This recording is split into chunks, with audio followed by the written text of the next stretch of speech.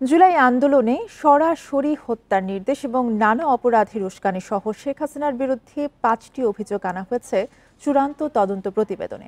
এই তথ্য জানিয়েছেন আন্তর্জাতিক অপরাধ ট্রাইব্যুনালের চিফ প্রসিকিউটর তাজুল ইসলাম। এ বিষয়ে বিস্তারিত জানাতে আন্তর্জাতিক অপরাধ ট্রাইব্যুনাল থেকে আমাদের সাথে যুক্ত হবেন সহকর্মী জাহিদুল বাশার এবং এই মুহূর্তে তার সাথে রয়েছেন ট্রাইব্যুনালের প্রসিকিউটর এমএইচ তামিম। বাশার,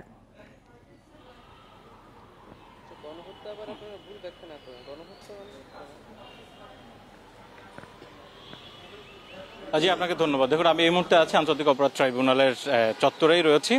কিছুক্ষণ আগে এখানে চিফ প্রসিকিউটর ব্রিফিং করেছেন এবং আপনি জানেন যে গত দীর্ঘ সময় ধরে যেই বিষয়টি নিয়ে সবচেয়ে বেশি আলোচনা আসছে, কবে নাগাদ শেখ হাসিনার যেই তদন্ত প্রতিবেদন সেটি দাখিল করা হয়, সেটি আজকে হয়েছে এবং এখানে অনেকগুলো বিষয় এসছে।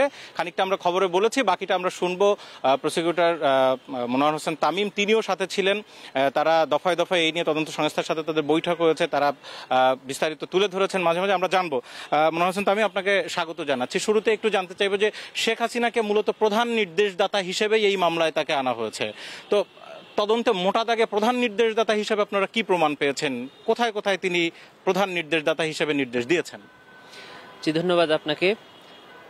আমাদের আন্তর্জাতিক অপরাধ ট্রাইব্যুনালের তদন্ত সংস্থা দীর্ঘ 6 মাসের কিছু বেশি সময়ের তদন্ত শেষে আজকে সাবেক প্রধানমন্ত্রী শেখ হাসিনার বিরুদ্ধে মানবতা বিরোধী অপরাধের অভিযোগে তদন্ত প্রতিবেদন চিফ প্রসিকিউটর বরাবর দাখিল করেছে।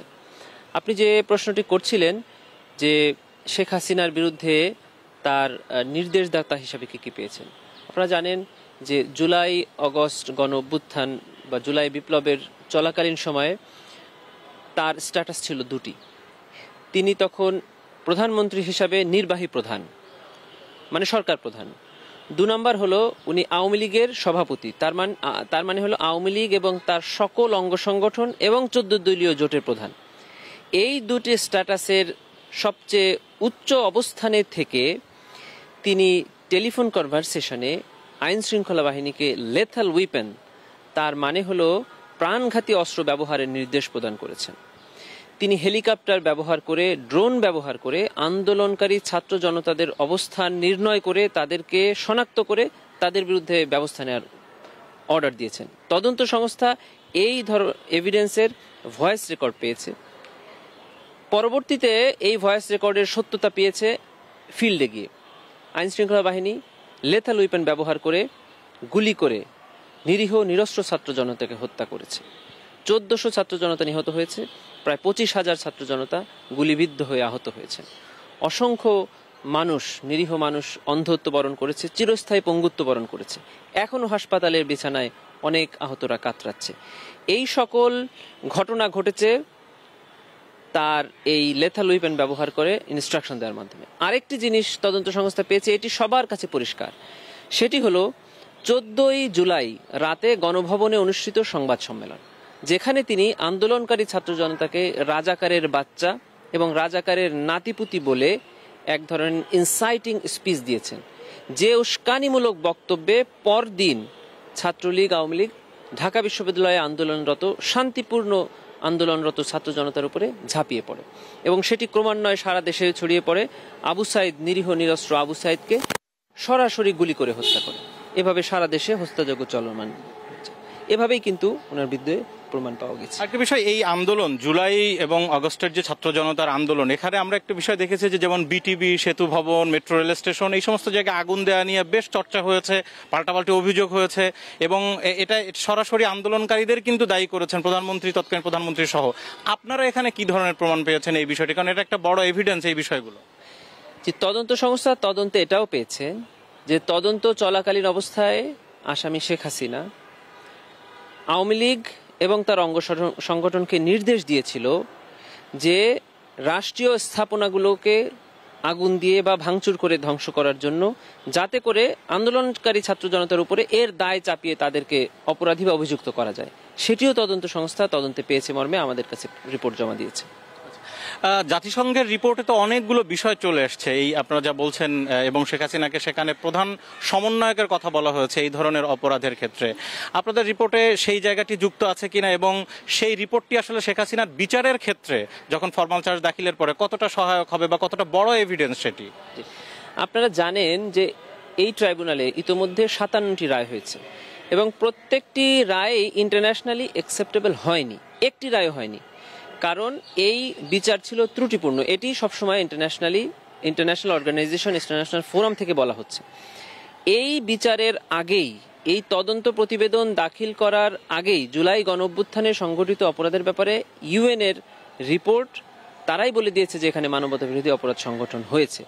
আমরা দেশীয় অনেক ডকুমেন্ট এখানে কালেক্ট করেছি, তার মধ্যে ইউএন এর রিপোর্টটাকে আমরা খুব সিরিয়াসলি এটাকে এমফাসিস দিয়েছি এবং তদন্ত সংস্থা একটি জব্দ তালিকা আমলে এই রিপোর্ট গ্রহণ করে আমাদের বরাবর দাখিল করেছেন। খুব ইদানিং বেশ আলোচনা হচ্ছে, আইন সংশোধন হয়েছে, গেজেট প্রকাশ হয়েছে, দল হিসেবে যারা মানবতা বিরোধী অপরাধ বা অপরাধী প্রমাণ হবে সংগঠন হিসেবে তাদেরও বিচার করার সুযোগ আছে। শেখ হাসিনার বিরুদ্ধে 628 দিনের বড় তদন্ত হয়েছে, দীর্ঘ সময় ধরে প্রায় 150 পৃষ্ঠার তদন্ত প্রতিবেদন এসছে আপনাদের কাছে। এখানে দল হিসাবে আওয়ামী লীগের কোনো অপরাধ সামনে এসছে কিনা এক, আর দ্বিতীয় এই বিষয় নিয়ে কি আলাদা অভিযোগ দায়েরের পরেই যদি বিচার করতে হয় সেক্ষেত্রে আলাদা করে কি দল হিসেবে আলাদা অভিযোগ দায়ের হতে হবে, না যেই প্রক্রিয়া আছে এর মধ্যেও বিচার করা সম্ভব সরকার চাইলে? যে আপনারা জানেন যে 6 মাস 28 দিন একটি মানবতা বিরোধী অপরাধের ক্ষেত্রে এটি খুব অল্প সময়। ট্রাইব্যুনালের সর্বনিম্ন সময়ের যে তদন্ত প্রতিবেদন এর আগে দাখিল হয়েছে সেটি ছিল 1.5 বছর, আর সেখানের চেয়ে এখানের প্লেস অফ অকারেন্স অনেক বড়। প্লেস অফ অকারেন্সটা হলো সারা বাংলাদেশ ব্যাপী। ঘটনার নিহতর সংখ্যা হলো 1,500, আহতের সংখ্যা 25,000। এরকম একটি বড় তদন্ত, এরকম একটি বৃহৎ ঘটনার তদন্ত 6 মাস 28 দিন, এটি খুব কম সময়। আমরা তদন্ত সংস্থাকে অবশ্যই ধন্যবাদ জানাবো যে তারা অতি অল্প সময়ে একটি চমৎকার তদন্ত প্রতিবেদন প্রস্তুত করেছে। একটি দলকে বিচার করার জন্য ট্রাইব্যুনালের আইন 2013 সালে তৎকালীন সরকারই করে গিয়েছিল।